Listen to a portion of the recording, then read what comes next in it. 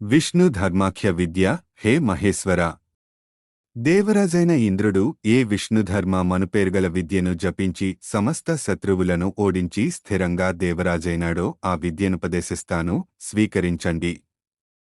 ఈ విద్యా జపానికి ముందు 2 పాదాలను, 2 మోకాళ్లను, ఇరు జంఘ ప్రదేశాలను, ఉదర హృదయ వక్షస్మల ముఖాలను, తలను ఓంకారాది బీజవణాలతో క్రమంగా న్యాసం చేయాలి. ఆ తరువాత అవే అంగాలను వెనుక నుండి ముందుకు నమో నారాయణాయ అనే మంత్రాన్ని జపిస్తూ న్యాసం చేయాలి. అప్పుడు ద్వాదశాక్షర యుక్తమైన వాసుదేవ మంత్రాన్ని చదువుతూ ఒక్కొక్క అక్షరానికొక్కొక్క అంగం చొప్పున కరముతో మొదలుపెట్టి చివరి యా కారంతో చిటికెన వ్రేలిని న్యాసం చేయాలి. చివరగా హృదయ న్యాసాన్ని ఓంకారంతోనూ, మస్తక న్యాసాన్ని సంపూర్ణ మంత్రంతోనూ చేయాలి. నేత్రాలను ఓం విష్ణవే నమఃతో న్యాసం చేసుకుని పరమశక్తి సంపన్నుడైన పరమాత్మ శేషనారాయణుని ఈ విధంగా ధ్యానించాలి.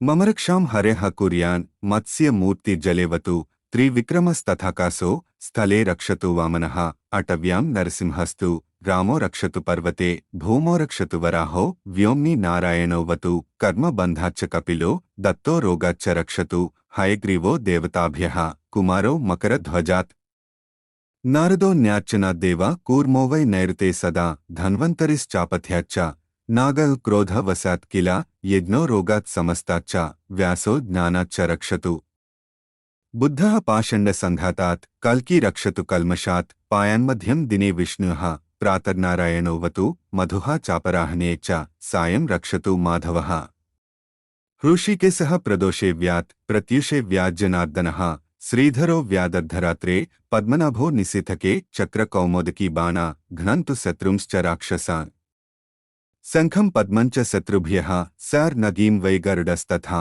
బుద్ధీంద్రియ మనః ప్రాణాన్ పాంతు పార్శ్వ విభూషణః శేషః సర్పస్వరూపశ్చ సదా సర్వత్ర పాతుమాం విదిక్షు దిక్షు చ సదా నరసింహశ్చ రక్షతు ఏతద్ధారయ మానశ్చయం యం పశ్యతి చక్షుషా సవసీ స్యాద్వి పాప్మా చ రోగముక్తో దివం వ్రజేత్. ఈ విధంగా విష్ణు ధర్మాఖ్య విద్యను ధారణ చేసిన వానికి ఏది కావాలనుకున్నా సమకూడుతుంది.